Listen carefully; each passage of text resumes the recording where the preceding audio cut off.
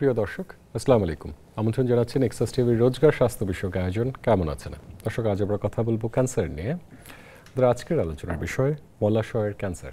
আমরা জেনে নেবার চেষ্টা করব মলাশয়ের ক্যান্সারের বাংলাদেশ প্রেক্ষাপট, লক্ষণগুলো কি কি ধরনের জটিলতা হতে পারে যদি চিকিৎসা বিলম্বিত হয়, এবং চিকিৎসা পদ্ধতি সম্পর্কে সবগুলো বিষয়ে জানবার জন্য আমাদের সাথে উপস্থিত রয়েছেন স্টুডিওতে ডক্টর শুভ্রা দেবনাথ। তিনি ক্যান্সার বিশেষজ্ঞ, জাতীয় ক্যান্সার গবেষণা ইনস্টিটিউট ও হাসপাতাল। আদাব, আপনাকে স্বাগত। দর্শক, আয়োজনটি সরাসরি সম্প্রচারিত হচ্ছে। স্ক্রিনে দেখানো নম্বরে ফোন করে আপনার যে কোনো প্রশ্ন, যে কোনো জিজ্ঞাসা নিয়ে কিন্তু আমাদের সাথে যুক্ত হতে পারেন। চলুন দর্শক, আলোচনা শুরু করি। মলাশয়ের ক্যান্সার শব্দটি আমাদের সকলের জন্য কিন্তু ভীতিদায়ক। একটি পর্যায়ে বা একটি সময় যদি বলি 2000 সালের আগে ক্যান্সার মানেই কিন্তু আটকে যাওয়া। আজকাল আপনাদের মাধ্যমে সাধারণ মানুষদের কাছে অনেক আশার আলো পৌঁছাচ্ছে যে ক্যান্সার হলে যে অ্যান্সার নেই, বিষয়টি তা নয়, ক্যান্সারের চিকিৎসা রয়েছে। মলাশয়ের ক্যান্সার আমাদের দেশের প্রেক্ষাপটে কেমন সচরাচর পাওয়া যেয়ে থাকে? ধন্যবাদ। মলাশয়ের ক্যান্সার আসলে খুবই কমন একটা ক্যান্সার, এবং এখন ইদানিং যেটা দেখা যাচ্ছে, আগে আমরা এই ক্যান্সারটা হয়তো একটা নির্দিষ্ট বয়সের পরে আমরা পেতাম। এখন দেখা যাচ্ছে এই মলাশয়ের ক্যান্সারটা কিন্তু খুব আর্লি এজেই মানুষ ভুগছে, মানে এবং ইয়াং একটা এজ গ্রুপ এই ক্যান্সারে কিন্তু আক্রান্ত হচ্ছে। আর আগে আমরা ক্যান্সারটা কম পেতাম, এটার আরেকটা কারণ হতে পারে আগে কিন্তু আসলে ডায়াগনোসিস হতো না। ডায়াগনস্টিক যে টুলগুলো আছে বা মানুষও এতটা সচেতন ছিল না যে ডাক্তারের কাছে আসতো। তো সব কিছু মিলিয়ে এখন যেভাবে আমরা মানে কেসগুলো পাচ্ছি মলাশয়ের ক্যান্সার আগের চেয়ে অনেক বেড়েছে, এবং আসলে খুব কম বয়সেই মানুষ আক্রান্ত হচ্ছে মলাশয়ের ক্যান্সারে। দুটো জায়গা আপনার কাছ থেকে আমার দর্শক অনেকেই হয়তো জানেন, যারা জানেন না তাদের জন্য, যে মলাশয় বলতে আসলে শরীরের কোন জায়গাটাকে বোঝানো হচ্ছে, কোন জায়গার ক্যান্সারকে বোঝানো হচ্ছে? মলাশয় বলতে আমরা যদি চিন্তা করি যে খাদ্যনালী আমরা যখন মুখ দিয়ে খাবার খাই, সেটা আমাদের খাদ্যনালী হয়ে, যেটাকে আমরা ইসোফেগাস বলি, ইসোফেগাস হয়ে তারপর স্টোমাকে যায়, পাকস্থলী থেকে তারপর সেটা ক্ষুদ্রান্ত বৃহদান্ত্র হয়ে তারপর মলাশয়ে যায়। মানে আমরা খাবারটা ইনটেক করছি মুখ দিয়ে, এবং সেটা যখন আমরা একেবারে যখন পায়ুপথ দিয়ে নির্গত হয় মল হিসাবে, তার আগে যেখানে জমা থাকে সেটা হচ্ছে মলাশয়। সেটা আমরা ইংরেজিতে বলি রেকটাল ক্যান্সার নামেই পরিচিত মলাশয়ের ক্যান্সার। এবং সেই যে মলাশয় হচ্ছে বৃহদান্ত্রের পরের পার্ট, যেটা সবচেয়ে বড় পার্টটা, সেই অংশের কোনো সেল যখন অস্বাভাবিকভাবে কোষ বিভাজিত হয় এবং হয়ে সেখানে আলসারেশন বা একটা দীর্ঘদিন একটা ঘা হওয়ার পরে তারপরে যখন ধীরে ধীরে সেখানে অনিয়ন্ত্রিত বিভাজনের মাধ্যমে কোনো একটা টিউমার মাস তৈরি হয়, সেটাকেই কিন্তু আমরা মলাশয় ক্যান্সার বলি। আপনি বলছিলেন যে আমাদের কিন্তু সাধারণ জায়গা থেকে একটি প্রবণতা রয়েছে যে ক্যান্সার মনে হয় কিছুটা বার্ধক্যের রোগ, 50-এর পরেই হলে হয়তো বা ক্যান্সার হয়ে থাকে, কিন্তু আপনি বলছেন মলাশয়ের ক্যান্সারের ক্ষেত্রে তার ব্যতিক্রম পাওয়া যাচ্ছে, অল্প বয়সেও অনেকের ভেতরে এটি হচ্ছে। লক্ষণগুলো সাধারণত কিরকম হয়ে থাকে? খুব ভালো কথা বলেছেন। মলাশয়ের ক্যান্সারটা কিন্তু খুব আর্লি ডায়াগনোসিস হয় না সাধারণত, যদি না খুব বেশি সচেতনতা থাকে। আর আমাদের দেশে কিন্তু এই খুব বেশি সচেতন না মানুষ স্বাস্থ্যের ব্যাপারে, এটা একটা বড় কারণ। আর মলাশয়ের ক্যান্সারের ক্ষেত্রে যেটা বলবো, সিমটমগুলো হচ্ছে খুবই একটা ভেগ সাইন সিমটম নিয়ে প্রেজেন্ট করে প্রথম যেমন কি বলে মলের অভ্যাসের পরিবর্তন। স্বাভাবিকভাবে দেখা যায় কখনো কখনো কোষ্ঠকাঠিন্য হয়, কখনো কখনো আমাশয়যুক্ত মল যায়, বা কখনো কখনো হয়তো মানে তার ডায়রিয়া হচ্ছে, এরকম মানে স্বাভাবিক যে বাওয়েল হ্যাবিট, সেই স্বাভাবিক বাওয়েল হ্যাবিটটা পরিবর্তিত হয়ে যায়। কিন্তু এটা দীর্ঘদিন যদি এই সমস্যাটা না হয়, তখন কিন্তু আসলে রোগীরা সচেতন হয় না, প্রথমেই এটাকে ক্যান্সার ভাবতে পারি না আমরা। তো দেখা যায় কি, প্রথমেই দেখা যায় যে একটা সমস্যা হচ্ছে মলত্যাগের যে পরিবর্তন বা মলত্যাগের যে সমস্যাটা হচ্ছে, প্রাথমিকভাবে তারা কিছু ওষুধপত্র খায় এবং তাতে কিছুদিনের জন্য কিন্তু রোগী ভালো হয়ে যায়। তো দীর্ঘদিন এভাবে ভুগতে ক্রনিক যখন সে ভুগতে থাকে, একটা পর্যায়ে গিয়ে যখন সে আর ভালো হয় না, তখনই সে ডাক্তারের কাছে যায়। এই জন্য এটার ডায়াগনোসিসটা আসলে ডিলে হয়ে যায়। তো প্রথম যেটা আমরা দেখতে পাই সেটা হচ্ছে মলত্যাগের অভ্যাসের পরিবর্তন। হয়তো আগে সে দিনে 1বার বা 2বার মলত্যাগ করতো, এখন এমনও হয় অনেক ক্ষেত্রে 8-10 বার মলত্যাগ হচ্ছে, কিন্তু ক্লিয়ার হচ্ছে না, এরকম একটা ফিলিংস হয় পেশেন্টের। আরেকটা হয় যে মলের সাথে রক্ত যায়, মলের সাথে রক্ত যায়, সেটা আবার অনেকে কনফিউজ করে ফেলে, ভাবে যে পাইলস হচ্ছে বা হেমোরয়েডস হচ্ছে। এটা একটা ইম্পর্টেন্ট ইস্যু, যার কারণে রোগীরা আসলে জিনিসটা গোপন রাখে, এটার জন্য দেরি হয়ে যায়।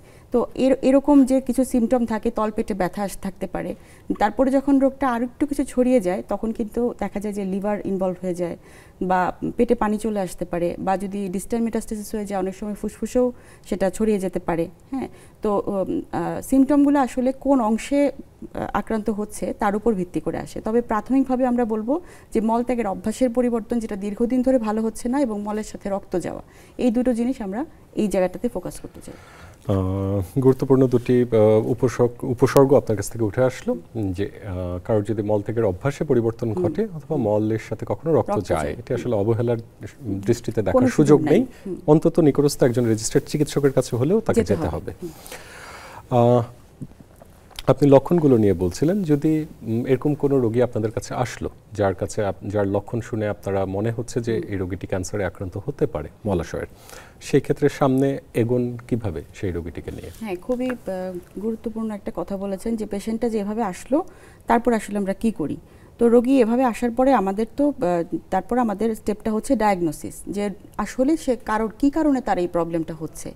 তো আমরা কিন্তু প্রাথমিকভাবে শুরুতেই আমরা একেবারে ক্যান্সার ভেবে যে ডায়াগনোসিসটা করি তা না, আমরা বেসিক যে টেস্টগুলো আছে সেগুলো করি, এবং যখন দেখা যায় তার বেসিক যে টেস্ট, যেমন তার একটা মানে biochemical test, CBC, ultrasono, x-ray সব কিছুই করা হয়, এবং তার এই জায়গাটা আমাকে স্পেসিফিকলি এক্সক্লুড করার জন্য তখন আমাদের কিন্তু কোলোনোস্কোপি একটা খুব ইম্পর্টেন্ট পরীক্ষা, যেটার মাধ্যমে আমরা দেখতে পারি যে তার মলাশয়ে কোনো পরিবর্তন আছে কিনা, সেটা দেখা যায়। এবং যদি কোনো পরিবর্তন থেকে থাকে সেখান থেকে কিন্তু আমরা মাংসও নিতে পারি পরীক্ষার জন্য, যেটাকে আমরা বলি বায়োপসি। এবং এই বায়োপসিটা হচ্ছে খুবই গুরুত্বপূর্ণ, সেটা ক্যান্সার হোক বা না হোক, বায়োপসির মাধ্যমে আমরা কিন্তু সেটা কনফার্ম করতে পারি। এবং আরেকটা ইম্পর্টেন্ট পরীক্ষা হচ্ছে আমরা এমআরআই করি, পেলভিসের একটা এমআরআই যদি করি, তাহলে কিন্তু আমরা এই মলাশয়ের টিউমার মাসটা কীরকম বা তার কতটুকু আশেপাশে ছড়িয়ে পড়েছে, এটার ডেপথ কতটুকু, বা আশেপাশে কিছু ইনভলভমেন্ট আছে কিনা স্ট্রাকচারগুলো, যেমন মলাশয়ের সামনেই মহিলাদের ক্ষেত্রে ইউটেরাস থাকে বা পুরুষের ক্ষেত্রে ব্লাডার থাকে, তো আসলে টিউমারটার এক্সটেনশনটা কতটুকু, আশেপাশে কিছু লিম্ফ নোড থাকে, এগুলো দেখার জন্য আমাদের এমআরআইটা খুব গুরুত্বপূর্ণ। এটার সাথে সাথে আমরা প্রাথমিকভাবে তো ডায়াগনোসিস করতেই চাই যেটা ক্যান্সার কিনা, এটার জন্য বায়োপসি একটা ইম্পর্টেন্ট টুল। পরবর্তী যে স্টেপটা সেটা হচ্ছে আমরা স্টেজিং করি। ধরে নিলাম যেটা ক্যান্সার, যদি এটা ক্যান্সার হয় তারপরের স্টেপটা হচ্ছে আমার স্টেজিং। এই স্টেজিংয়ের জন্য আমাকে আসলে আরও অনেকগুলো পরীক্ষা করতে হয়, যেমন আমাদের ক্যান্সারটা কি পেটের ভেতর ছড়িয়ে পড়েছে কিনা সেটা জানার জন্য আমাদের কিন্তু সিটি স্ক্যান অ্যাবডোমেন একটা গুরুত্বপূর্ণ পরীক্ষা, বা এটা ফুসফুসে ছড়িয়ে পড়েছে কিনা তার জন্য কিন্তু সিটি চেস্ট একটা ইম্পর্টেন্ট পরীক্ষা। আর ক্লিনিক্যালি আরও যদি কোথাও ইনভলভমেন্ট থাকে, আমরা যদি পেশেন্টের কাছ থেকে কমপ্লেইন পাই যেটাতে ভাবতে পারি যে ব্রেনে ছড়িয়েছে কিনা বা হাড়ে ছড়িয়েছে কিনা, সেক্ষেত্রে সেরকম পরীক্ষা নিরীক্ষা আমরা রোগীকে দিয়ে থাকি। তবে এই পরীক্ষাগুলোর আসলে কোনো বিকল্প নেই, আমাদের দেশের রোগীরা টেস্ট করতে চায় না, কিন্তু এই পরীক্ষাগুলো যদি আসলে সঠিকভাবে সঠিক সময়ে করা হয় তাহলে কিন্তু রোগটা সঠিকভাবে আমরা স্টেজিং করে ডায়াগনোসিসটা করতে পারি।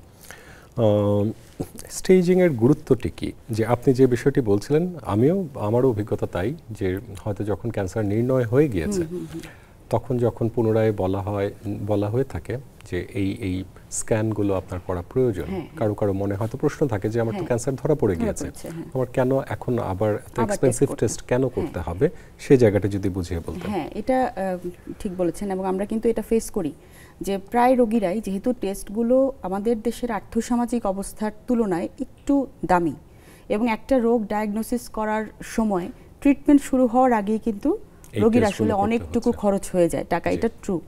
তো সেক্ষেত্রে পেশেন্টের প্রশ্ন আসতেই পারে যে আমার মলাশয়ের ক্যান্সার বা আমার সমস্যা তো পায়খানার রাস্তায়, তাহলে আমাকে কেন বুকের সিটি স্ক্যান করতে দিচ্ছে। এটা আসলে স্টেজিং প্রসেসটা এতটা গুরুত্বপূর্ণ যে স্টেজিংয়ের উপরই আমি ডিপেন্ড করছে যে তার চিকিৎসার সিদ্ধান্তটা কি হবে। একটা ক্যান্সারের সাধারণত 4টা স্টেজ থাকে, এবং আজকে যেহেতু আমরা মলাশয়ের ক্যান্সার নিয়ে কথা বলছি, মলাশয়ের ক্যান্সারেরও কিন্তু 4টা স্টেজ থাকে। তো সেটা স্টেজ 1, 2, 3, 4 এভাবে যদি আমরা ভাগ করি, আমাকে অবশ্যই প্রথমে নির্ধারণ করতে হবে রোগীর ক্যান্সারটা কোন স্টেজে আছে, কারণ এক একটা স্টেজের চিকিৎসার সিদ্ধান্তটা কিন্তু এক এক রকম, এক একটা স্টেজে চিকিৎসাটার ক্রোনোলজিটা এক এক রকম, বা এই কোন রোগীটার জন্য ঠিক কোন চিকিৎসাটা অ্যাপ্লিকেবল, তার জন্য স্টেজিংটা খুবই গুরুত্বপূর্ণ। এবং স্টেজিং কথাটার বাংলা মানেটা হচ্ছে যদি বলি যে আসলে রোগটা কতটুকু ছড়িয়ে পড়েছে। তো সেক্ষেত্রে স্টেজ 1 যদি হয় তাহলে আমরা বলবো যে আর্লি ডিজিজ।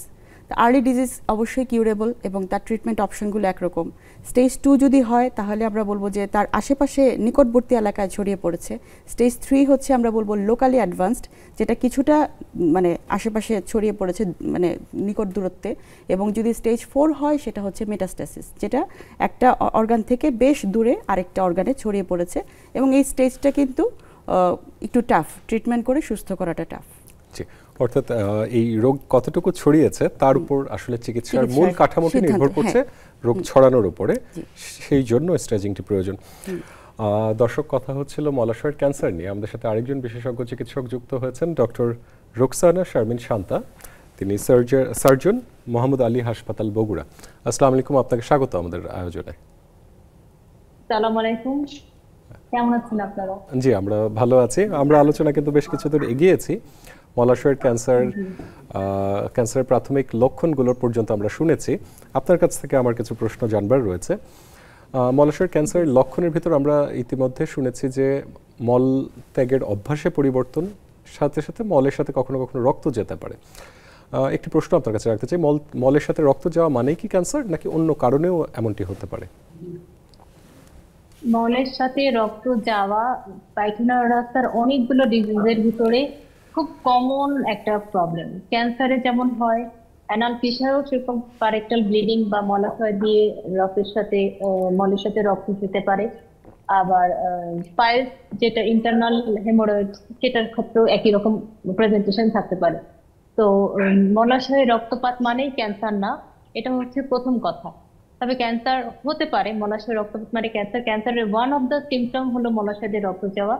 তো এটা ইভ্যালুয়েশন করা প্রয়োজন। যখনই পায়খানার রাস্তা দিয়ে রক্ত যাবে, একজন বিশেষজ্ঞকে দিয়ে আপনাকে পায়খানার রাস্তা পর্যাপ্ত যত করে অ্যাটলিস্ট প্রক্টোস্কোপি এবং ডিআরডি পরীক্ষা। ডিআরডি মানে হলো আমরা পায়খানার রাস্তার ভিতরে আঙ্গুল দিয়ে পরীক্ষা করে দেখি অ্যানাল ক্যানাল এবং পায়খানার রাস্তা যতখানি পর্যন্ত আঙ্গুল রিচ করা যায়, ইউজুয়ালি আপ টু 6 সেন্টিমিটার পর্যন্ত কখনো কখনো রিচ করা যায়। ওই পর্যন্ত কোনো গ্রোথ বা ক্যান্সার যদি থাকে সেটা আমরা বুঝতে পারি, এক্সক্লুড করতে পারি। এবং প্রক্টোস্কোপির মাধ্যমে আমরা ইন্টারনাল হেমোরয়েড এবং ক্যান্সার দুটোটাই প্রাইমারি ভাবে ডায়াগনোসিস করতে পারি। লোয়ার ডেকটাল মানে মলাশয়ের ক্যান্সারকে আমরা আসলে 3 ভাগে, 3টা মলাশয়ের যে 3টা ভাগ আছে, উপরের ভাগ, মিডিল পোর্শন এবং নিচের পোর্শন, এই অনুযায়ী ক্যান্সার গুলোর অবস্থান আমরা চিহ্নিত করতে পারি। এবং সেক্ষেত্রে মলাশয়ের নিচের দিকের ক্যান্সার গুলো, মিডিল এবং নিচের দিকের ক্যান্সার গুলো এবং অ্যানাল ক্যানেলের প্রবলেমস গুলো, অ্যানাল ফিশার, পাইলস, ফিস্টুলা, এগুলো আমরা পায়খানার রাস্তার আঙ্গুল দিয়ে এবং প্রক্টোস্কোপি করে বেড সাইড এক্সামিনেশনের মাধ্যমে কনফার্ম করতে পারি। হিস্টোপ্যাথোলজিক্যাল এক্সামিনেশন অবশ্যই পরবর্তীতে করতে হবে, বাট ডায়াগনোসিস, ক্লিনিক্যাল সাসপিশন, আমরা ক্লিনিক্যাল ডায়াগনোসিস আমরা এই দুটোর মাধ্যমে এস্টাবলিশ করতে পারি। জি, অনেক ধন্যবাদ আপনাকে। যে জায়গাটিতে আলোচনা হচ্ছিল একটু পেছনে ফিরে যেতে চাই। কাদের ক্ষেত্রে বেশি হয় মলাশয়ের ক্যান্সার? এরকম কোনো রিস্ক ফ্যাক্টর কি আমাদের দর্শকদের জানানো যায়? হ্যাঁ, রিস্ক ফ্যাক্টর কিছু আছে। প্রতিটা ক্যান্সারেরই যে কিছু কারণ আছে, সে কারণের পেছনে একটা গুরুত্বপূর্ণ কারণ কিন্তু ফ্যামিলি হিস্ট্রি বা জেনেটিক কজ যেটা। তো মলাশয়ের ক্যান্সারটা কিন্তু আসলে কিছুটা জেনেটিক। এবং এখানে একটা জিনিস আমরা বলবো যে লাইফস্টাইল, যাদের মানে খাবারের অভ্যাসটা যাদের হচ্ছে, যারা একটু রিচ ফুড খায়, তাদের ক্ষেত্রে কিন্তু এটার প্রবাবিলিটি বেড়ে যায়। ফ্যামিলি হিস্ট্রি যাদের পজিটিভ আছে এবং হচ্ছে পুরুষদের এটা আসলে বেশি হয়, পুরুষদের ক্ষেত্রে বেশি হয়ে থাকে। অর্থাৎ বেশ কিছু ঝুঁকির ফ্যাক্টর আপনি বললেন যাদের ক্ষেত্রে হবার সম্ভাবনা থাকছে। চিকিৎসা পদ্ধতি নিয়ে আপনি বলছেন যে চিকিৎসার কয়েকটি মডালিটি রয়েছে। আমাদের দর্শকদেরও কিন্তু আজকাল এই বিষয়ে ধারণা রয়েছে। আপনার কাছ থেকে আবার জেনে নিতে চাই যে ক্যান্সার বা বিশেষ করে মলাশয়ের ক্যান্সার কি কি ধরনের চিকিৎসার মাধ্যমে আপনারা দিয়ে থাকেন? মলাশয়ের ক্যান্সার আসলে একটা মাল্টি ডিসিপ্লিনারি ট্রিটমেন্ট মডালিটির মাধ্যমে আমরা চিকিৎসাটা করি। অর্থাৎ এখানে শুধু একজন সিঙ্গেল বিশেষজ্ঞ ডক্টর এই চিকিৎসাটা কিন্তু শেষ করতে পারেন না। এটা একটা বিশাল একটা আমব্রেলার নিচে চিকিৎসাটা হয়, যেখানে প্রথম থেকে যদি শুরু করি, দেখেন ডায়াগনোসিসের সময় আমাদের একজন হিস্টোপ্যাথোলজিস্ট, তারপর একজন রেডিওলজিস্ট যিনি এমআরআই, সিটি স্ক্যানগুলো আমাদেরকে দেন, এবং তারপরে হচ্ছে আমরা ট্রিটমেন্টে যখন আসবো সেখানে সার্জন, সার্জিক্যাল অঙ্কোলজিস্ট, তারপর medical oncologist, clinical and radiation oncologist, তাদের একটা সম্মিলিত রোল থাকে। এবং আমি যে একটু আগে বলছিলাম যে স্টেজিংয়ের ব্যাপারটা, যদি স্টেজ 1-2 হয়, মানে আর্লি স্টেজ যদি হয়, সেক্ষেত্রে কিন্তু আমরা প্রায়োরিটি দিই সার্জারিটা হচ্ছে আপফ্রন্ট। হ্যাঁ, এবং সার্জারির পরে তারপরে হচ্ছে পোস্ট অপারেটিভ হিস্টোপ্যাথোলজির উপর ডিপেন্ড করে আমাদের সিদ্ধান্ত নিতে হয় পেশেন্টের কি রেডিয়েশন বা কেমোথেরাপি লাগবে কিনা, বা লাগলে কিভাবে দিব আমরা। আর যদি স্টেজ 3 বা 4 হয়, সেক্ষেত্রে কিন্তু কেমোথেরাপি এবং রেডিয়েশন থেরাপি এটা আগে দিতে হয়। এবং কেমো রেডিয়েশন থেরাপির খুব ভালো একটা রোল আছে এখানে। এখন ইদানিং যে আমরা স্টাডিগুলো আসছে এবং দেখা যাচ্ছে যে টোটাল নিওঅ্যাডজুভেন্ট ট্রিটমেন্ট বলে একটা ট্রিটমেন্ট অপশন আমরা পাচ্ছি, যেটা হচ্ছে যদি লোকালি অ্যাডভান্সড হয় ডিজিজটা, অর্থাৎ ডিজিজটা যদি একটু ছড়িয়ে পড়ে, স্টেজ 3 এবং 4 হয়, সেক্ষেত্রে প্রথমেই যদি আমরা কেমোথেরাপি এবং রেডিয়েশন থেরাপি ফুল কোর্স দিয়ে তারপর আমরা পেশেন্টকে সার্জারিতে পাঠাই, তাহলে কিন্তু আউটকামটা খুব ভালো হয়। এই জায়গাটিতে আমাদের আরও অনেক কিছু জানবার রয়েছে আপনাদের দুজনের কাছ থেকে। তার আগে একজন দর্শককে যুক্ত করে নিতে চাই। দর্শক, পরিচয় দিয়ে আপনার প্রশ্নটি করুন। হ্যালো, আসসালামু আলাইকুম। আমি লুবনা বলছি খিলগা থেকে। জি, ওয়ালাইকুম আসসালাম, বলুন।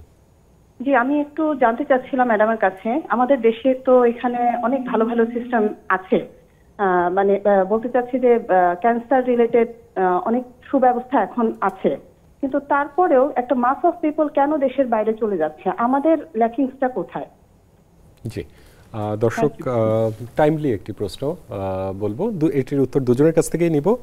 প্রথমে আমি জেনে নিতে চাই বগুড়াতে আমাদের যে বিশেষজ্ঞ চিকিৎসক কর্মরত রয়েছেন ডক্টর শান্তা, আপনার কাছ থেকে। জি, আমি এরকম একটা কোশ্চেন পেয়ে খুব মানে বলার অনেক কিছু স্কোপ আছে এই কোশ্চেনের উত্তরে। আমি খুব খুশি হয়েছি যে একজন দর্শক এত বেশি সচেতন যে এই কোশ্চেনটা করেছেন। এই কোশ্চেন আমার মনেও মাঝে মাঝে আসে যে আমাদের গাফিলতিটা কোন জায়গায়, আমাদের ল্যাকিংসটা কোন জায়গায়, আমাদের কি কমিউনিকেশন স্কিলের সমস্যা, না নলেজের সমস্যা, নাকি সার্জিক্যাল স্কিলের সমস্যা, এটা কোন জায়গায় সমস্যা, মাঝে মাঝে অনেক কিছু আসে। কিন্তু আমার কাছে এই মুহূর্তে যেটা মনে হয় যে যেহেতু আমাদের স্টাবলিশ সার্জিক্যাল টিম আছে, স্টাবলিশ পোস্ট গ্রাজুয়েশন স্টাডি হচ্ছে আমাদের এখানে কলোরেক্টাল সার্জারি, সার্জিক্যাল অঙ্কোলজি, প্রত্যেকটা ইনস্টিটিউশনে ইন্টারন্যাশনাল মানের চিকিৎসা জ্ঞান সম্পর্কে আমাদেরকে পড়ানো হচ্ছে এবং প্র্যাকটিস করানোর সুযোগ আছে। তো আমার মনে হয় না যে আমাদের চিকিৎসার জ্ঞানের অভাবের জন্য রোগীরা চলে যাচ্ছে, তা না। বাট অভাব যেটা হয় সেটা কমিউনিকেশনের প্রবলেম হতে পারে। এই যে শুভ্রা একটু আগে যে কথাটা বললো যে একটা সার্জিক্যাল পেশেন্ট যখন, একটা ক্যান্সারের পেশেন্ট যখন আসে, ব্যাপারটা হচ্ছে মাল্টিডিসিপ্লিনারি টিম অ্যাপ্রোচ। তার মানে দেখেন, আমাকে একটা পেশেন্ট আমার প্রাইভেট চেম্বারে আসলো, জাস্ট ইমাজিন দ্য সিনারিও যে একটা পেশেন্ট আমার চেম্বারে আসলো, আমি তাকে রেকটাল ক্যান্সার ডায়াগনোসিস করলাম। আমি কিন্তু এই পেশেন্টটাকে বলবো আপনাকে এই এই মানে আপনার এই চিকিৎসার জন্য আপনাকে একজন অনকোলজিস্টের কাছে যেতে হবে, আপনাকে একজন সার্জনের সাথে পরামর্শে থাকতে হবে, একজন হিস্টোপ্যাথোলজিস্টের রোল আছে এখানে, রেডিওলজিস্টের রোল আছে এখানে, রেডিওথেরাপি যে যিনি তার রোল আছে, 4-5 জন মানুষ মিলে একটা বোর্ড করতে হবে। এবং রুগী, এটা যদি একটা প্রাইভেট সেটিং হয়, রুগীর জন্য এটা অনেক খরচ বহুল ব্যাপার, এটা টাইম সাপেক্ষ এবং খরচ বহুল ব্যাপার। অনেক রুগীরই এই ধৈর্য থাকে না যে ব্যাপারটাকে ওভাবে ডিল করবে। তারা মনে করে যে আমরা আসছি একজন ডাক্তারের কাছে, উনি হয়তো কনফিডেন্ট না দেখে 4 জনের সাথে উনি আলোচনা করতে পারছেন। ওনারা মনে করে, অনেক সময় পারসেপশনের প্রবলেম হয় যে ব্যাপারটা আসলে মাল্টিডিসিপ্লিনারি টিম অ্যাপ্রোচ মানে আমার কোনো জায়গায় ল্যাকিংস দেখে আমি তার সাথে পরামর্শ করছি, তা না, বরং আমরা যুগপৎ পরামর্শ করে সবচেয়ে বেস্ট আউটকাম, সবচেয়ে বেস্ট ট্রিটমেন্টটা প্রোভাইড করতে চাচ্ছি রুগীর কাছে। এই জায়গাটাতে রুগীদেরও সচেতনতাটা, এই এই এডুকেশন, পেশেন্ট এডুকেশনটা আমরা হয়তো প্রপারলি প্রোভাইড করতে পারছি না, এই মেসেজটা প্রোভাইড করতে পারছি না, এটা একটা কারণ। আর একটা কারণ হচ্ছে আমরা আমাদের বিভিন্ন মিডিয়াতে এবং খবরের কাগজে বিভিন্ন জায়গায় নেগেটিভ খবরগুলো, নেগেটিভ মেডিকেল চিকিৎসাজনিত খবরগুলো যতক্ষণই ফলো করে প্রচার পায়, যতগুলো ভালো আউটকাম হয়, ধরেন 100টা কেসের ভিতরে একটা নেগেটিভ আউটকাম হচ্ছে, সেটা যেভাবে ফলাভাবে প্রচার হয়, 99টা ভালো কেসের আসলে সেরকম কোনো প্রচার হয় না। তো এটা একটা আমার কাছে মনে হয় যে এটাও একটা আমাদের ল্যাকিং। আপনারা যারা আছেন মিডিয়াতে কাজ করছেন, এটাকে আমাদের এই ডিগনিটিটা এবং এই বাধাটাকে আপহোল্ড করতে পারবেন বা ব্যারিয়ারটাকে দূর করতে পারবেন। আর পেশেন্ট এডুকেশনের ব্যাপারে আমি বলতে চাই, পেশেন্টরা এখন অনেক সচেতন। আমার কাছে যত পেশেন্ট আসে এখন আমি দেখেছি, এদের যত সার্জারি আমি করি, এরা গুগল করে, এখন তো অপারেটিভ প্রসিডিউর পর্যন্ত ওরা গুগল করে ইউটিউব থেকে দেখে দেখে আসে। তো এখন রুগীদেরকে বোকা ভাবার বা অসচেতন ভাবার কোনো সুযোগ নাই। আমাদের পেশেন্টের সাথে বেশি বেশি কথা বলতে হবে, মেডিকেল টার্ম বুঝতে পারবে না। অর্থাৎ বেশ কয়েকটি বিষয় কিন্তু আলোচনায় উঠে এসেছে। একটি হচ্ছে যে পেশেন্টের সাথে চিকিৎসক বা চিকিৎসক গ্রুপের কমিউনিকেশনের জায়গাটি আস্থাহীনতার একটি জায়গা কখনো কখনো তৈরি হয়েছে। এই পয়েন্টগুলো আরও আলোচনা বাকি থাকছে এই প্রশ্নে, তবে তার আগে যেতে হচ্ছে বিরতিতে। দর্শক, সময় হলো বিরতির, সাথেই থাকুন।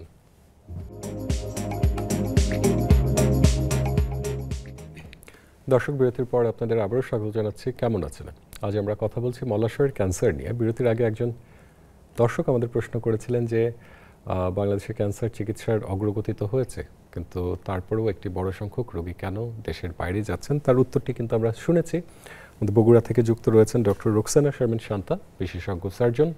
তিনি মতামত দিয়েছেন যে বেশ কয়েকটি কারণে এই ঘটনা ঘটে থাকতে পারে। তার ভিতরে একটি হচ্ছে আমাদের মাল্টিডিসিপ্লিনারি টিম, এই যে অনেকগুলো চিকিৎসককে একসাথে একটি ক্যান্সার চিকিৎসাতে নিয়োজিত থাকতে হয়, সেটি কখনো কখনো প্রাইভেট ফ্যাসিলিটিতে অ্যাভেলেবেল থাকছে না, বা থাকলেও ব্যয়বহুল হচ্ছে, সাথে আস্থাহীনতার কিছু জায়গা রয়েছে।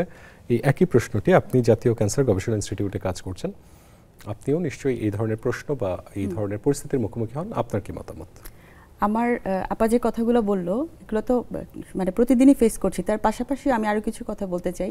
সেটা হচ্ছে আমাদের জনসংখ্যার চাপ এবং আমাদের রোগীর সংখ্যার চাপের তুলনায় আমাদের সিস্টেমের প্রতুলতা আসলে কিছুটা কম। যেমন আমাদের বিশেষায়িত হাসপাতাল ক্যান্সার গবেষণা ইনস্টিটিউট কিন্তু একটাই। তো সেই তুলনায় সারা বাংলাদেশের সমস্ত রোগী যখন আমাদের কাছে রেফার করা হয় এই কেমোথেরাপির জন্য, রেডিয়েশন থেরাপির জন্য, তখন এটা একটা বিশাল একটা লম্বা লাইন বা একটা সিরিয়ালে পড়ে যায় রোগীরা। তো যেটা হয় কি, মানে যে আকাঙ্ক্ষাটুকু নিয়ে তিনি আসছেন এখানে, ঠিক ওইভাবে সেই সার্ভিসটা কিন্তু ইনস্ট্যান্ট আসলে দেয়া যাচ্ছে না। এটা আমাদের একটা হয়তো সিস্টেমের একটা জটিলতা, হ্যাঁ, সীমাবদ্ধতা। তো এটার পরেও আরও কিছু ব্যাপার আছে, যেমন আমাদের রোগীদের সবচেয়ে বড় যে ব্যাপারটা এডুকেশন। হ্যাঁ, এটা যদি তাদের যে কাউন্সিলিং বা তাদের যে কনসেপশনটা নিয়ে তারা আসে, ওইটা আসলে বাস্তবতার সাথে যায় না। অনেকেই আসে মানে ধরেন কবিরাজের কাছে চিকিৎসা করে তারপর আসে, অনেকেই আছে যে ফার্মেসি থেকে দীর্ঘদিন ধরে ওষুধ খেতে খেতে তারপর আসে। তো ওই মানুষটা আবার দেখবেন এখানকার সিস্টেমের ওপর তার আস্থা নাই, কিন্তু দেশের বাইরের সিস্টেমের ওপর তার আস্থাটা একটু বেশি। তো আমাদের পার্শ্ববর্তী দেশে কিন্তু অনেক রোগী চলে যায়, কিন্তু মজার ব্যাপার হচ্ছে সেই দেশের ট্রিটমেন্ট এবং আমাদের দেশের ট্রিটমেন্ট কিন্তু সেম। আর আরেকটা জিনিস, ইন্ডিয়াতে যারা যাচ্ছে বাংলাদেশ থেকে, তারাই দেখবেন ওখানে গিয়ে খুব সুন্দর সিস্টেমেটিক্যালি ট্রিটমেন্টটা নিচ্ছে এবং তারা অ্যাকসেপ্ট করতে পারছে, যেটা আপনি আমাদের দেশে যখন আমরা বলবো একটা ওয়েটিং টাইম বা একটা ডায়াগনোসিস করতে একটু সময় লাগা, তখন কিন্তু তারা সেই টলারেন্সটা নিতে পারে না। এটা একটা সমস্যা। আমি আপনার কাছে একটি প্রশ্ন রাখতে চাই, দর্শকদের প্রশ্নটি আমার মুখ দিয়ে বলছি। ধরুন মলাশয়ের ক্যান্সার, আপনি বলছিলেন যে চিকিৎসার অনেকগুলো ধাপের ভিতর কেমোথেরাপি একটি মডালিটি। বাংলাদেশে এই রোগের চিকিৎসাতে যেই কেমোথেরাপির যে ওষুধটি ব্যবহার করা হচ্ছে, সিঙ্গাপুরে, ব্যাংককে, ইন্ডিয়াতে, আমেরিকাতে কি ভিন্ন ওষুধ ব্যবহার করার কোনো সুযোগ রয়েছে, নাকি এটা গ্লোবালি আপনারা একটি গাইডলাইন দ্বারা নিয়ন্ত্রিত যে একই ওষুধই এই ক্যান্সার হলে এই কেমোথেরাপিটি দিতে হবে? আসলে বিষয়টি কি? আচ্ছা, খুব ভালো প্রশ্ন করেছেন। এটা হচ্ছে অবশ্যই গ্লোবালি গাইডলাইনটা সিঙ্গেল, এবং এটা হচ্ছে পুরো বিশ্বে একই গাইডলাইন মেনে কিন্তু ট্রিটমেন্টগুলো করা হয়। তবে এখানে পার্থক্যটা হয় কোথায়? এখানে যদি দেশ থেকে দেশ আপনি ভ্যারি করেন যে এখানে কি হচ্ছে, সিঙ্গাপুরে কি হচ্ছে বা ইন্ডিয়াতে কি হচ্ছে, গাইডলাইনটা একই, ট্রিটমেন্ট মডালিটিস অপশনসগুলো কিন্তু অনেক। হ্যাঁ, কোনো ক্ষেত্রে আমাকে বলা হচ্ছে যে এই ডিজিজের জন্য অ্যাপ্লিকেবল কেমোথেরাপি হচ্ছে এগুলো। হ্যাঁ, সেখানে আমাদের কিছু, যেমন আমরা এনসিসিএন গাইডলাইন ফলো করি বা আরও কিছু গাইডলাইন আছে, এসমো গাইডলাইন ফলো করি, সেখানে কেমোথেরাপির চয়েস অফ কেমোথেরাপির কিন্তু একটা লিস্ট আছে। প্রেফারেবল কেমোথেরাপি কোনটা, সবচেয়ে বেশি কোনটা কাজ করে, স্টাডিতে কোনটা আসছে, সেক্ষেত্রে অপশনস আছে। হয়তো আমি চিকিৎসক হিসেবে পছন্দ করছি এই প্রোটোকলটা, আমার কলিগ হয়তো পছন্দ করছে আরেকটা প্রোটোকল, এটা ভ্যারি করতে পারে। কিন্তু এই যে কেমোথেরাপি লাগবে কিনা বা এই রোগীর সার্জারি করা যাবে কিনা, এই জায়গায় কিন্তু পৃথিবীর কোথাও গেলেই কোনো মতামতের পরিবর্তন হবে না। অর্থাৎ বিষয়টি তাহলে এরকম দাঁড়াচ্ছে, যদি বাংলাদেশ থেকে কোনো রোগী কেনিয়াতেও যেয়ে থাকে, সেই চিকিৎসক যদি গাইডলাইন এভিডেন্স বেসড প্র্যাকটিস করে থাকেন, এই চিকিৎসাই পাবেন। সেই রোগীটি যদি আমেরিকাতেও যেয়ে থাকেন, এই মডালিটির চিকিৎসাই পাবেন। অনেক ধন্যবাদ বিষয়টি পরিষ্কার করে বলবার জন্য। তবে আলোচনা একটি বিষয় উঠে এসেছে, কমিউনিকেশন আমাদের রোগীদের সাথে বাড়াতে হবে চিকিৎসকের জায়গা থেকে, যে তাতে হয়তো তারা আস্থার জায়গাটি আরো তৈরি করতে পারবে। তবে এখানে আরেকটা জিনিস আমি একটু বলতে চাই, আমাদের কিছু সীমাবদ্ধতা আছে। যেমন আমাদের অনেক রোগী কিন্তু ইন্ডিয়াতে যায় এবং ইন্ডিয়া থেকে ফিরে এসে আবার আমাদের সঙ্গে দেখা করে, বা প্রাইভেট চেম্বারেও দেখা যায় কিছু পেশেন্ট যায়, ওখান থেকে ডিসিশন নিয়ে একটা কেমোথেরাপি নিয়ে আসে বাংলাদেশে, বাকিগুলো তারা আমাদেরকে বলে যে ওইখানের ডাক্তার যে বলেছে ওভাবে করে আপনি দিয়ে দেন, এরকম কিছু চাহিদা কিন্তু আমাদের দেশের অনেক রোগীর আছে। তো সেক্ষেত্রে হয় কি, আমি বলবো ওনারা যে প্রোটোকলটা ফলো করে, আমাদের কিন্তু অনেকগুলো ভাগ আছে, যেমন কেমোথেরাপি দিতে পারি আমরা ইমিউনোথেরাপি দিতে পারি, আমরা টার্গেটেড থেরাপি দিতে পারি। তো কেমোথেরাপির মধ্যে আমাদেরকে আবার ভাবতে হয় কি যে পেশেন্টের সোশিও ইকোনমিক কন্ডিশনের সাথে কোনটা অ্যাডজাস্টেবল। যখন এই রোগীটা সিঙ্গাপুরে যাবে বা যখন রোগীটা ইন্ডিয়াতে যাবে, তখন কিন্তু এই চিন্তাটা কখনোই করতে হয় না। আমাদের কিন্তু ইকোনমিক স্ট্যাটাসের সাথে ম্যাচ করে একটা ট্রিটমেন্ট আমাদেরকে দিতে হয়। ওখান থেকে দেখি তারা হচ্ছে মানে ইমিউনোথেরাপিটা একদম ইনভ্যারিয়েবলি সবাইকে দিচ্ছে, যেটা আমাদের দেশের রোগীরা আসলে চাইলে নিতে অ্যাফোর্ড করতে পারে না। যার কারণে এখানে কিছুটা হয়তো প্লাস মাইনাসের ব্যাপার চলে আসে। গভর্নমেন্ট সেটআপে তো অবশ্যই প্লাস মাইনাসের ব্যাপারটা চলেই আসে। জি, অনেক ধন্যবাদ। ডক্টর রোকসানা শারমিন শান্ত, আপনার কাছে আসতে চাই পুনরায়, যে আলোচনা একটি পর্যায়ে আমরা আলোচনা করছিলাম যে মূলত ক্যান্সারের চিকিৎসাতে, মলাশয়ের ক্যান্সারের চিকিৎসাতে সার্জিক্যাল চিকিৎসা, কিমোথেরাপি, রেডিওথেরাপি, এই মডালিটিগুলো রয়েছে, এবং আলোচনা এসেছে প্রথম দিককার ক্যান্সারগুলোতে স্টেজ 1 বা কখনো স্টেজ 2তে সার্জিক্যাল চিকিৎসাটি ফার্স্ট লাইন অফ ট্রিটমেন্ট। এই বিষয়ে আপনারা আসলে, আপনি বগুড়াতে কাজ করছেন, রোগীদের সেবা দিচ্ছেন, সেখানে প্রাথমিক পর্যায়ে এরকম স্টেজ 1, স্টেজ 2 পেশেন্ট আসলে কেমন পেয়ে থাকেন? কোন স্টেজের পেশেন্ট আপনি আপনার প্র্যাকটিসে সব থেকে বেশি পেয়ে থাকেন? আমি আমার প্র্যাকটিসে স্টেজ 2 পেয়েছি, 3 পেয়েছি, 4ও পেয়েছি। স্টেজ 1 আমি আমার প্র্যাকটিস লাইফে এখন পর্যন্ত পাইনি, যখন আগ্রহ ছিলাম তখনও কখনো পাইনি, এটা আমার ব্যাড লাক। তো আমাদের সমস্যা হচ্ছে যে স্টেজ 2, 3-তে যখন 2-তে আসলেও আমরা মনে করি যে আউটকাম অনেক ভালো, 70% কেসে 5 ইয়ার সার্ভাইভাল রেট হলো 70% স্টেজ 2-তে, আর স্টেজ 1-এ 5 ইয়ার সার্ভাইভাল রেট হলো 90%, এবং স্টেজ 3, 4 এর ক্ষেত্রে সেটা কমে গিয়ে 40%-এ চলে আসে। তো যেটা হয় আমাদের দেশে, ডায়াগনোসিসটা খুব লেট হয়ে যায় কারণ মিড রেকটাল এবং লোয়ার রেকটাল ক্যান্সার কোনো ক্ষেত্রে, যেটা অ্যানাল ক্যানাল এখনো ইনভলভ করে নাই, সেই ক্ষেত্রে পেশেন্টরা পেইনলেস পারেক্টাল ব্লিডিং থাকে। এবং বাংলাদেশে এখনো এই সোশ্যাল ট্যাবুটা আছে।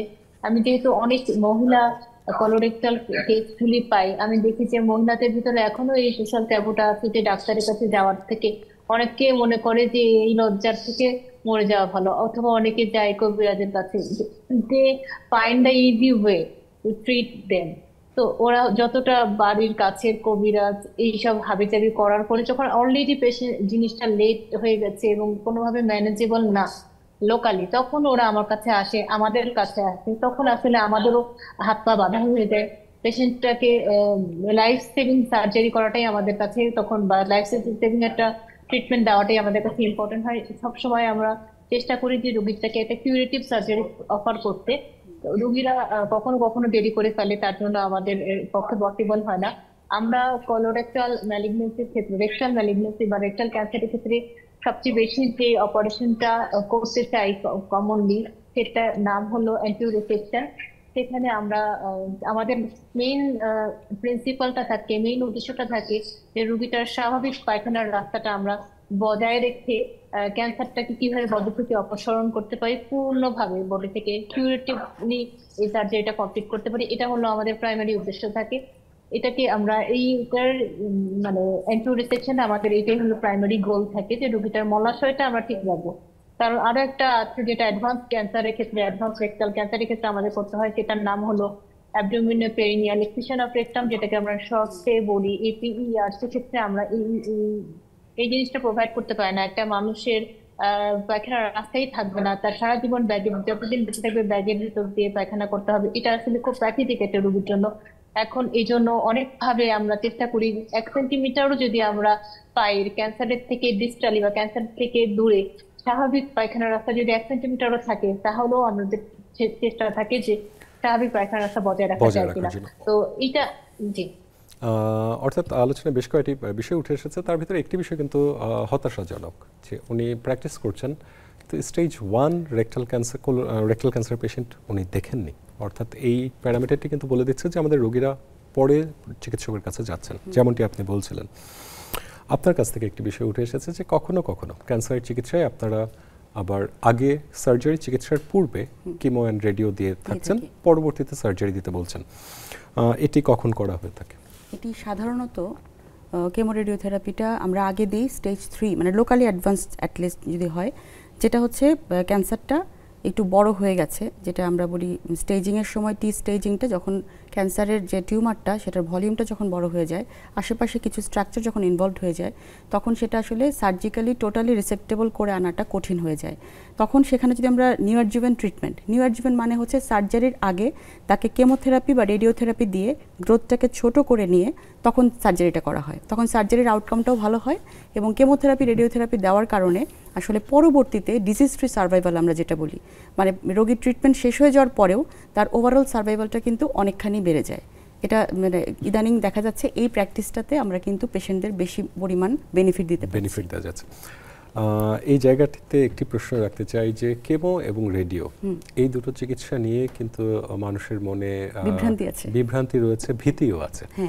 যে একটি সময় তাদের ধারণা হয়তো যে কেমোথেরাপি নিলে নানা ধরনের জটিলতা, রোগী ক্যান্সার থেকে না মারা গিয়ে কেমোথেরাপির জন্য মারা যাচ্ছে, বা রেডিওথেরাপি নিয়ে ঝুঁকিতে পড়ছে। এই বিষয়গুলো সম্পর্কে আপনার মতামত কি? হ্যাঁ, এটা মানে খুবই গুরুত্বপূর্ণ। মানে ব্যাপারটা হচ্ছে এরকম যে পেশেন্টকে আমরা কাউন্সেলিং করি এবং আমি বিশেষ করে একটা পেশেন্টের ট্রিটমেন্ট ডিসিশনটা কি সেটা কিন্তু খুব বুঝিয়ে বলার চেষ্টা করি, কারণ পেশেন্টটাকে নিজেকে আগে বুঝতে হবে যে আমি কি ট্রিটমেন্টের মধ্যে দিয়ে যাব। তো সেই সবটুকু বুঝিয়ে বলার পরেও তারা কিন্তু আসলে খুব মানে বায়াসড হয়ে যে কেমোথেরাপি মানে রেডিওথেরাপি নিচ্ছে এই সংখ্যাটা কিন্তু মানে আশাব্যঞ্জক না। আসলে অনেকেই দেখা যায় কি আশেপাশের মানুষজন এবং এই যে আমরা বলি না কান কথাটার গুরুত্ব আমাদের সমাজে এখনো প্রচুর। তো দেখা যায় কি যে কেমোথেরাপি নিলেই তুমি মরে যাবা, বা কেমোথেরাপি দিয়েন না, রেডিওথেরাপি নিলেই মরে যায়, রেডিওথেরাপি মানে হচ্ছে ছ্যাঁকা, আরও যে কত ধরনের একটা মিসকনসেপশন আমাদের সোসাইটিতে আছে।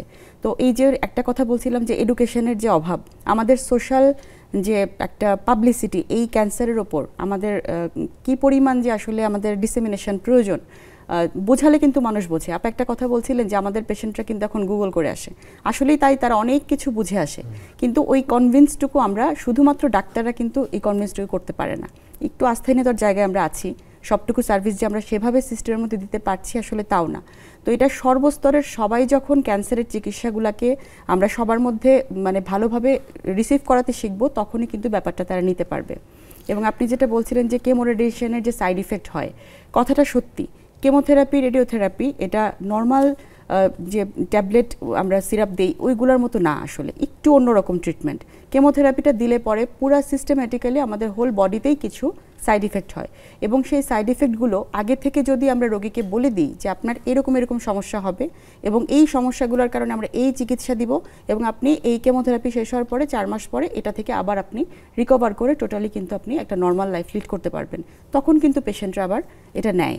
তো পেশেন্টরা এটাকে তাকে বুঝাতে আমাদের সক্ষম হতে হবে যে এই সমস্যাগুলো আপনার হবে, সমস্যার সমাধানও আছে, এবং এই জার্নিটার বিনিময়ে আপনি একটা হেলদি লাইফ পাচ্ছেন। তো হেলদি লাইফের বিনিময়ে এই যে অর্থ বা সময়, হ্যাঁ এটা মেনে নিতে হবে। ধন্যবাদ। আরও অনেক কিছু জানবার রয়েছে এই কেমো রেডিওথেরাপি নিয়ে। তার আগে যেতে হচ্ছে বিরতিতে। দর্শক, বিরতির পর মলাশয়ের ক্যান্সার নিয়ে আমরা আরও অনেক কিছু জেনে নেবার চেষ্টা করব, সাথেই থাকুন।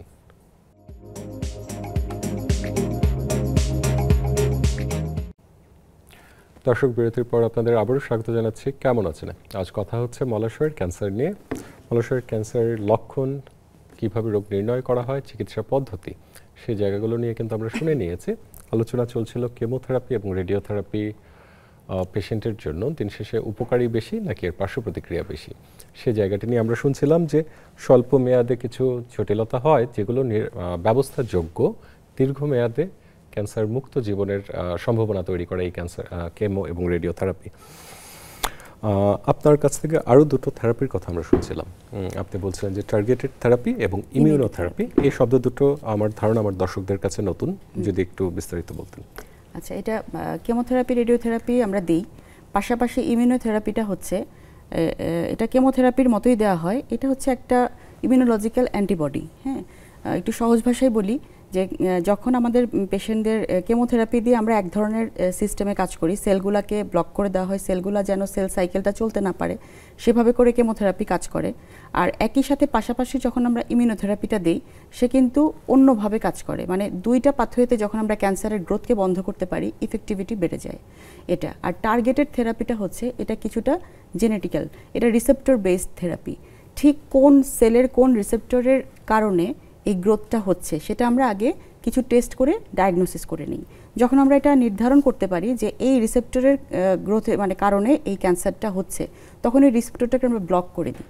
অর্থাৎ যে ইয়ের কারণে এটা চলছে, সেল ডিভিশনটা চলছে, অস্বাভাবিক কোষ বিভাজন, সেই রাস্তাটাকে জাস্ট বন্ধ করে দেওয়া, ঠিক টার্গেট করে ওই জায়গাটা বন্ধ করা হয় যাতে ওই সেলটুকু বাড়তে না পারে। এভাবে করে বিভিন্ন মেকানিজমে আমরা ক্যান্সার সেলগুলোকে মারার বিভিন্ন পদ্ধতি হচ্ছে এই ইমিউনোথেরাপি এবং টার্গেটেড থেরাপি। টার্গেটেড থেরাপির আউটকাম কিন্তু চমৎকার, মানে কেমোথেরাপি রেডিওথেরাপি দেওয়ার পরে আমরা কিন্তু অনেক পেশেন্টকে দেখা যায় কেমোথেরাপি রেডিওথেরাপি দিয়ে 6 মাস চিকিৎসা করেছে, চিকিৎসা শেষ, এখন তিনি ভালো আছেন। এখন তাকে টার্গেটেড থেরাপি দিয়ে দীর্ঘদিন পর্যন্ত ভালো রাখা যায়, মানে ক্যান্সার মুক্ত রাখা যায়। যেটা ভালো হয়ে গেছে তাকে মেনটেনেন্স থেরাপি দিয়ে রাখা যায়, সেরকম কিছু থেরাপি আছে। আর ইমিউনোথেরাপিটাও আসলে খুব চমৎকার একটা থেরাপি, কিন্তু সমস্যা হচ্ছে এটা খুব কস্টলি, মানে সবাই অ্যাফোর্ড করতে পারে না। কিছু কিছু ক্ষেত্রে আমরা প্রাইমারি ট্রিটমেন্টের মধ্যে ইমিউনোথেরাপি ইউজ করতে পারি, আবার অনেক ক্ষেত্রে আমরা দেখা যায় প্রথমবার আমরা যে কেমোথেরাপি দিলাম সেটা হয়তো 3 বছরের মধ্যে আবার ক্যান্সারটা ফিরে আসলো, সেক্ষেত্রে কিন্তু ইমিউনোথেরাপির রোল খুব ভালো। সেকেন্ড লাইন ট্রিটমেন্ট হিসাবে ইমিউনোথেরাপি কিন্তু খুব ভালো কাজ করে। এবং এই চিকিৎসা পদ্ধতিগুলো আমাদের দেশে যদি কেউ এফোর্ড করতে পারে তিনি সেটি অ্যাভেল করতে পারবেন। এটা অবশ্যই অ্যাভেলেবল। এটা আমাদের দেশে আসলে এখানে বলতে চাচ্ছি যে ইন্টারন্যাশনালি যতগুলো চিকিৎসা পদ্ধতি আছে আমি বলবো যে 99% চিকিৎসা পদ্ধতি বাংলাদেশে অ্যাভেলেবল। তবে সরকারি পর্যায়ে সম্পূর্ণটা প্রোভাইড করতে পারি না আমরা, আমাদের সাপ্লাই অনেক সময়, তবে খুব দামি দামি ওষুধ সাপ্লাই থাকে কিন্তু, তবে 100% হয়তো সব সময় পাওয়া যায় না, কখনো এটা থাকে কখনো এটা থাকে। কিন্তু বেসরকারি পর্যায়ে কেউ যদি চায় যে আমি বাংলাদেশে ট্রিটমেন্ট করাবো এবং মানে বেস্ট যতটুকু সম্ভব আমি ট্রিটমেন্ট করব, সেটা কিন্তু আমাদের দেশে সেই ফ্যাসিলিটিস আছে। আরেকটা জিনিস আমি অ্যাড করতে চাচ্ছি যে খুব অচিরেই হয়তো জানবেন যে কাজ চলছে আমাদের 8টা ডিভিশনে, 8টা বিভাগে, বিভাগীয় পর্যায়ে রিজিওনাল ক্যান্সার সেন্টার তৈরি হচ্ছে এবং 8টি বিভাগের যে পেশেন্টরা তারা কিন্তু এতে ব্যাপকভাবে তারা হচ্ছে উপকৃত হবে। এবং এখন যেমন পুরো বাংলাদেশ থেকে সমস্ত রোগী এই একটা ক্যান্সার ইনস্টিটিউটে আসতে বাধ্য হচ্ছে, আমাদেরও চাপ বেড়ে যাচ্ছে। যখন 8টা বিভাগীয় শহরগুলোতে ক্যান্সার সেন্টার প্রতিষ্ঠিত হবে, যেটার কাজ চলছে, আমরা হয়তো খুব অচিরেই সেটার সুফল দেখতে পাবো। বর্তমান সরকারের এটা একটা খুব মানে গুরুত্বপূর্ণ একটা তার নির্বাচনী ইস্যু ছিল এবং সেটার কাজ চলছে। তখন কিন্তু 8টি বিভাগে ইন্ডিভিজুয়ালি পেশেন্টগুলো 8টি বিভাগেই সেই সেবাটুকু পেয়ে যাবে। এবং আলোচনায় যে পয়েন্টটিও আপনাদের দুজনের কাছ থেকে উঠে আসছিল যে রোগীরা কেন বিদেশমুখী হচ্ছে, তার সরকারি প্রতিষ্ঠানগুলোতে একটি বড় কারণ হচ্ছে কিউ, যে তিনি আসলে সিরিয়াল পাচ্ছেন না। 8টি বিভাগীয় শহরে এই প্রতিষ্ঠানগুলো হলে আশা করি বিদেশ যাওয়ার প্রবণতা কমবে।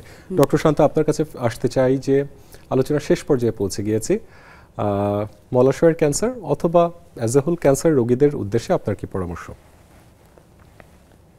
ক্যান্সার রোগীদের উদ্দেশ্যে অন্যান্য সমস্ত বিভাগের চিকিৎসকের মতো আমার একটাই পরামর্শ যে আপনারা সচেতন হন, তবে অতি আত্মবিশ্বাসী হওয়ার প্রয়োজন নাই বা খুব নিরাশাবাদী হওয়ার প্রয়োজন নাই। কারণ আমি পেশেন্ট ডিল করতে গিয়ে বুঝলাম যে একটা ম্যালিগনেন্সি অবশ্যই একটা খারাপ খবর, তাই না? এটা আমার পরিবারের বা আমার ক্যান্সার আছে এই জিনিসটা অ্যাকসেপ্ট করতে পারতে তাদের অনেকদিন সময় লাগে।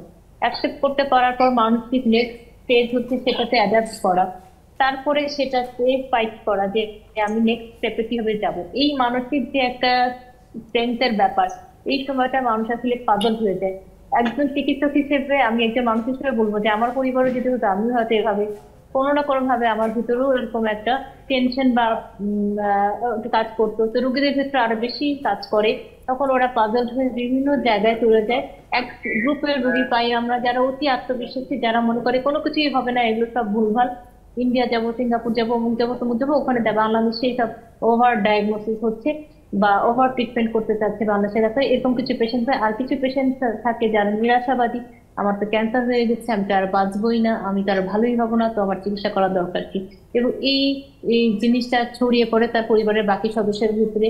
যদি তারা অর্থনৈতিকভাবে আসলে লো ইনকাম ক্লাস গ্রুপের ফ্যামিলি হয় এবং যে ক্যান্সারে আক্রান্ত সেই দুটি মহিলা সদস্য হয়, তাহলে অধিকাংশ ক্ষেত্রে দেখা যায় যে রোগীরা এই ট্রিটমেন্টের কস্ট বিয়ারের অজুহাতে, কস্ট বিয়ারের এই ভয়ে তারা আসলে অনেকেই মনে করে যে চিকিৎসা থেকে দূরে থাকছে। ভালোই হয় না, সেহেতু অনেক চিকিৎসা ধন্যবাদ থেকে আপনাকে এত দূর থেকে যুক্ত হয়েছেন। আমার ধারণা আপনি ওটি থেকে আমাদের সাথে যুক্ত হয়েছেন এবং আমার দর্শকদেরকে আলোকিত করেছেন। অনেক কৃতজ্ঞতা আপনার প্রতি। ডক্টর শুভ্রা, আমাদের সময় প্রায় শেষ। একটি প্রশ্ন খুব সংক্ষেপে হ্যাঁ বা না উত্তর নেব। আপনি বলছেন কিছু কিছু ক্যান্সারের ক্ষেত্রে বংশগত ফ্যাক্টর অত্যন্ত গুরুত্বপূর্ণ। সেই ক্ষেত্রে জেনেটিক টেস্ট, যে আমার হয়তো বাবা বা মায়ের ক্যান্সার ছিল, আমি জেনেটিক টেস্ট করতে চাই, এই টেস্ট কি আমার দেশে, আমি বাংলাদেশে কি করা পসিবল? হ্যাঁ, আর সব ক্যান্সারের ক্ষেত্রে তো প্রযোজ্য না। যে ক্যান্সারগুলোর ক্ষেত্রে প্রযোজ্য, যেমন ব্রেস্ট ক্যান্সার, কোলন ক্যান্সার, এটা বাংলাদেশে পসিবল। এটা একটা জিনিস। আরেকটা ইম্পর্টেন্ট বিষয় হচ্ছে স্ক্রিনিং কিন্তু খুব গুরুত্বপূর্ণ একটা টুল। যাদের এই ফ্যামিলি হিস্ট্রি থাকবে বা জেনেটিক ক্যান্সার প্রবণতা থাকবে, তাদের জন্য স্ক্রিনিং একটি পদ্ধতির মধ্যে তাদের যেতে হবে। অনেক ধন্যবাদ। ক্যান্সারের মতো একটি জটিল বিষয় আপনারা সহজ করে আমার দর্শকদের বুঝিয়ে তুলেছেন। কৃতজ্ঞতা আপনাদের প্রতি। ধন্যবাদ আপনাদের। দর্শক, আজ আলোচনা হলো ক্যান্সার নিয়ে। ক্যান্সারের চিকিৎসা কিন্তু অনেক দূর এগিয়ে গিয়েছে। Cancer has got definite answer. তবে প্রাথমিক পর্যায়ে আমাদের চিকিৎসকের কাছে যেতে হবে এবং বাংলাদেশ ক্যান্সার চিকিৎসায় অনেক অগ্রগামী অবস্থায় রয়েছে। দেশের চিকিৎসকদের উপর আস্থা রাখুন, ব্যবস্থার উপর আস্থা রাখুন। সামনের দিন অন্য কোনো বিষয় নিয়ে কথা হবে। সে পর্যন্ত সবাই ভালো থাকুন, সুস্থ থাকুন। ধন্যবাদ।